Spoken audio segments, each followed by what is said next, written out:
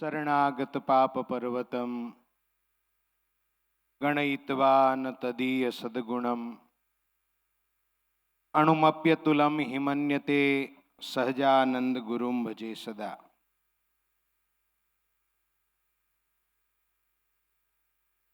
મુક્ત મુનિ મહોત્સવ એવં સદગુરુ શતાબ્દી મહોત્સવના માધ્યમે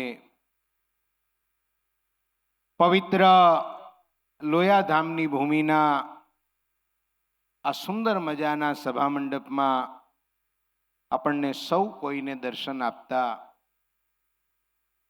જેમના કલમે શિક્ષાપત્રી લખાણી, જેમના મુખના વચનામૃતે આ સંપ્રદાય આજ ચાલી રહ્યો છે,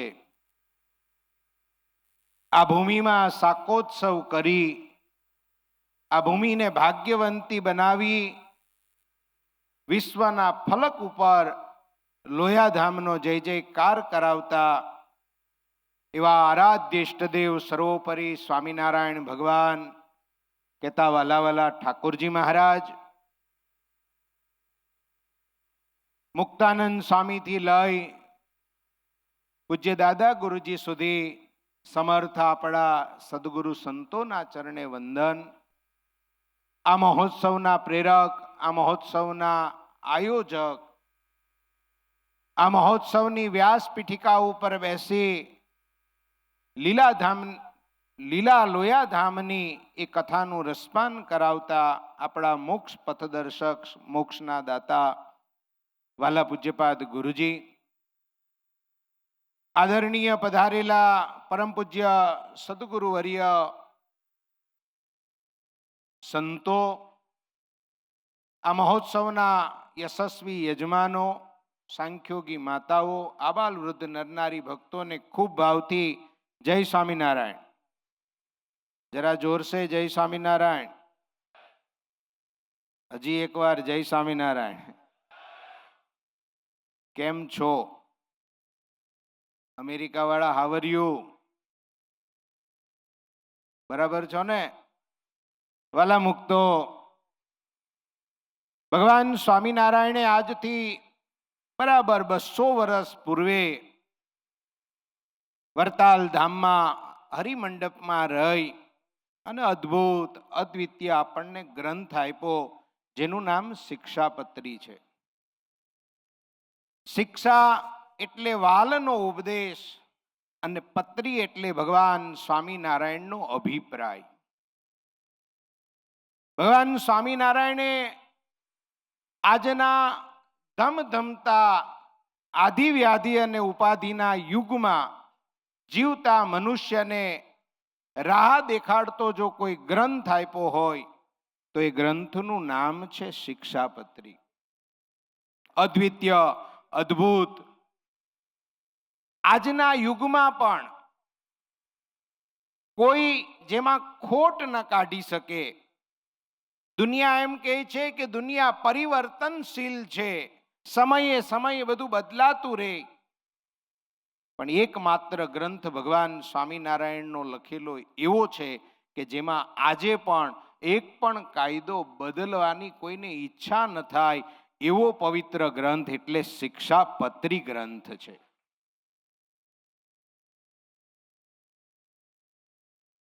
ભારતના ફોજદારી હું માનું છું ત્યાં સુધી 511 કાનૂન છે. એ 511 કાનૂનમાં જે ચાલે એ ક્યારેય સરકારના ગુનામાં ન આવે, એને ક્યારેય પોલીસ સ્ટેશન ન જોવું પડે. પણ આજ મને કહેવા દો કે ભગવાન સ્વામિનારાયણની લખેલી આ નાનકડી 212 શ્લોકની શિક્ષાપત્રીને કોઈ ફોલો કરે, કોઈ એનું અનુકરણ કરે, કોઈ એને પાળે તો એ સરકારના ગુનામાં તો ન આવે, પણ ભગવાન સ્વામિનારાયણ અને એના સત્પુરુષના ગુનામાં કોઈ દી ન આવે અને ડંકા દઈને ધામમાં જ આવે. સાહેબ, એવો પવિત્ર અને સરળ ગ્રંથ જો કોઈ આપ્યો હોય તો એ આપણા આરાધ્ય ઇષ્ટદેવ ભગવાન સ્વામિનારાયણે આપણને આપ્યો છે. કદાચ ત્રિભુવનભાઈ વ્યાસનું જ લખેલું એ પદ છે, સત્સંગીતો તેને રે કહીએ જે શિક્ષાપત્રી પાડે રે,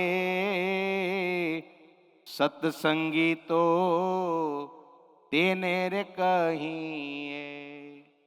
એમાં બે પંક્તિ લખવાનું આપણને મન એટલા માટે થાય, એક નાનકડી મારે તમને વાત કેવી છે. શિક્ષાપત્રી શ્રી હરિજીને વાલી, જે જન ચાલે એની ચાલી રે,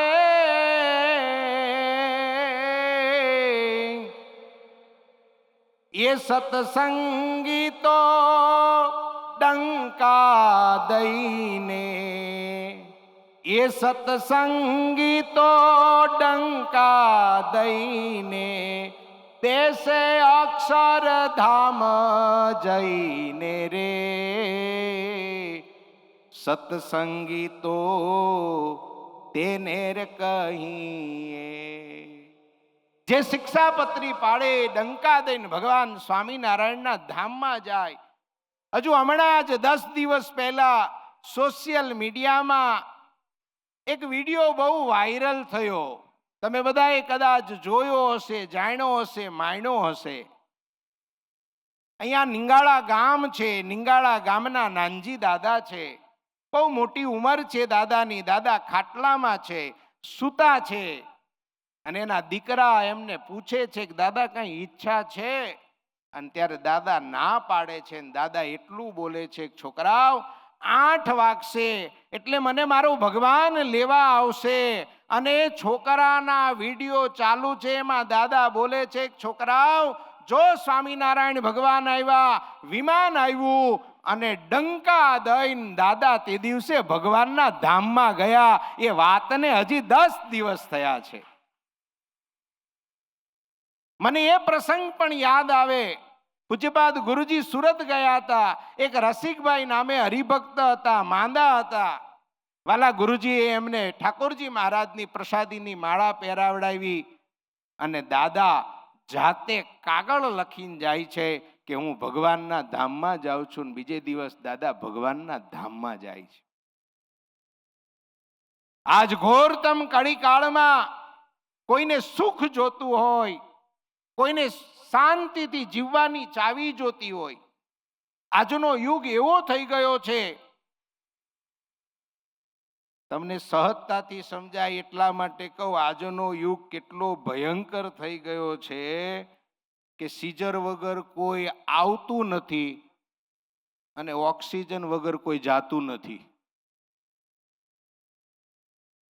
આવો જ્યારે આધિ વ્યાધિ અને ઉપાધિથી ભરેલો આજનો યુવાન વ્યસન તરફ ચાલ્યો જાય છે. અહીંયા બેઠેલા નરનારી ભક્તોને પોતાના સંતાનને બચાવવું હોય તો મારે તમને પ્રાર્થના છે કે તમારા દીકરા યા તો તમારા દીકરીને વારસાના લેટર પેડ ઉપર શિક્ષાપત્રી આપી દેજો. તમારો દીકરો કે તમારી દીકરી કદી દુખી નહીં થાય. સાહેબ, આજનો યુવાન ચિંતામાં એટલો ગ્રસ્ત થતો જાય છે. કાંઈ એની પાસે પૈસા નથી, કાંઈ એની પાસે લાંબા ચાલે એવા સંબંધો નથી, કા વ્યસનમાં ફસાયો છે, દીકરી હશે તો ફેશનમાં ફસાઈ છે. આત્મહત્યા સુધી દિન પ્રતિદિન માનવ વધતો જાય છે. ભાઈ ભાઈના સંબંધો બગડતા જાય છે. બાપ દીકરાના સંબંધોમાં ખટાશ આવતી જાય છે. માં અને દીકરી વચ્ચે કપટની મોટી દિવાલ સર્જાતી જાય છે. આ બધાનું સોલ્યુશન જો તમારે પ્રાપ્ત કરવું હોય, તમારું દાંપત્ય જીવન, તમારું સાંસારિક જીવન, તમારું પારિવારિક જીવન આનંદ અને ઉત્સાહના ઉમંગના ટેરવા સાથે ગણી અને આગળ ધપાવવું હોય તો વાલા ભક્તો, ભગવાન સ્વામિનારાયણે અપરંપાર કરુણા કરીને મને તમને શિક્ષાપત્રી જેવો ગ્રંથ આપ્યો છે. એ ગ્રંથનું આપણે નિત્ય વાંચન કરીએ, નિત્ય એનું પાલન કરીએ, નિત્ય એનું શ્રવણ કરીએ.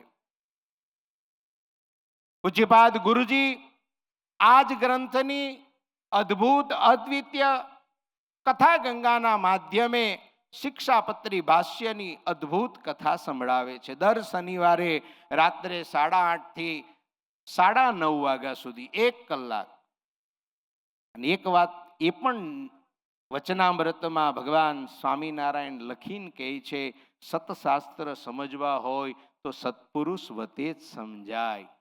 નહીતર આપણે તો લોચા મારીએ, આપણે ઊંધું મારીએ. ગામડા ગામની દીકરી છે ને પરણી અને સાસરે આવી એટલે સાસુમાએ બીજે દિવસ સવારે વલોણું પકડાવી દીધું માખણ ઉતારવા માટે દહીં નાખીને, અને કીધું કે બેટા આ છાશને દહીંને વલોવો એટલે માખણ ઉપર આવશે. એટલે દીકરીએ બરાબર વલોણું કર્યું એટલે માખણ ઉપર આવ્યું. એટલે દીકરીએ કીધું કે બા માખણ ઉપર આવી ગયું છે. એટલે સાસુએ ધીમે રહીને ટકોર કરી કે બેટા આવું ન બોલાય. કેમ બા? તો કે માખણ એમ નહીં કહેવાનું. કેમ? તો કે તારા સસરાનું નામ માખણલાલ છે, એટલે આપણે એને તુકારે ન બોલાવાય, એમ આપણે નામ લઈ ન બોલાવાય, એમ ન કહેવાય કે માખણ. તો કે કાંઈ વાંધો નહીં. બીજે દિવસ દીકરી બેઠી, બરાબર વલોણું કર્યું, માખણ ઉપર આવ્યું એટલે દીકરીએ કહ્યું બા સસરા ઉપર આવી ગયા છે. આપણે હશું તો અર્થના અનર્થ કરશું. આપણને કોઈ સમજાવશે તો આપણે એને સમજી નહીં શકીએ. સત્શાસ્ત્રોને સમજવા હશે, ભગવાન સ્વામિનારાયણની કલમને સમજવી હશે તો સતાનંદ સ્વામીના શબ્દે શબ્દે પૂજ્યપાદ ગુરુજી શિક્ષાપત્રી ભાષ્યની કથા કરી રહ્યા છે. 162 ઉપરાંત ભાગની કથા વાલા ગુરુજીએ આ લોયાધામ પરિવાર માટે સંભળાવી છે. અને એકવાર જોરદાર તાલીઓના નાદથી આપણા વાલા ગુરુદેવના ચરણે વંદના કરીએ. વાલા મુક્તો, વધારે ન કહેતા, આજ જ્યારે લોયાધામને આંગણ આ સુંદર મજાનો મુક્ત મુનિ એવં સદગુરુ શતાબ્દી મહોત્સવ રંગે અને ચંગે આજ ઉજવાઈ રહ્યો છે. આ સમગ્ર મહોત્સવ પૂજ્યપાદ ગુરુજીના આંગણીના ટેરવાની નીચે દોરાયેલો છે. આ સમગ્ર મહોત્સવ પૂજ્યપાદ ગુરુજીના હૈયાની કલ્પનાનો મહોત્સવ છે. આ સમગ્ર મહોત્સવ વાલા ભક્તજનો ગુરુજીએ રાત દિવસ એક કરી પોતે જાતે એક એક જગ્યાએ જઈ અને એમના હૃદયમાં જે કાંઈ હતું તે સર્જન કરાયું છે. આવા રૂડા મહોત્સવમાં જ્યારે શિક્ષાપત્રી ગ્રંથરાજના દ્વિશતાબ્દી મહોત્સવ પર્વએ પૂજન થતું હોય ત્યારે આવો સમગ્ર ભક્તજનો એકવાર જોરદાર તાલીઓના ગડગડાટ સાથે શિક્ષાપત્રી ગ્રંથરાજને વંદના કરીએ. અસ્તુ. જય સ્વામિનારાયણ.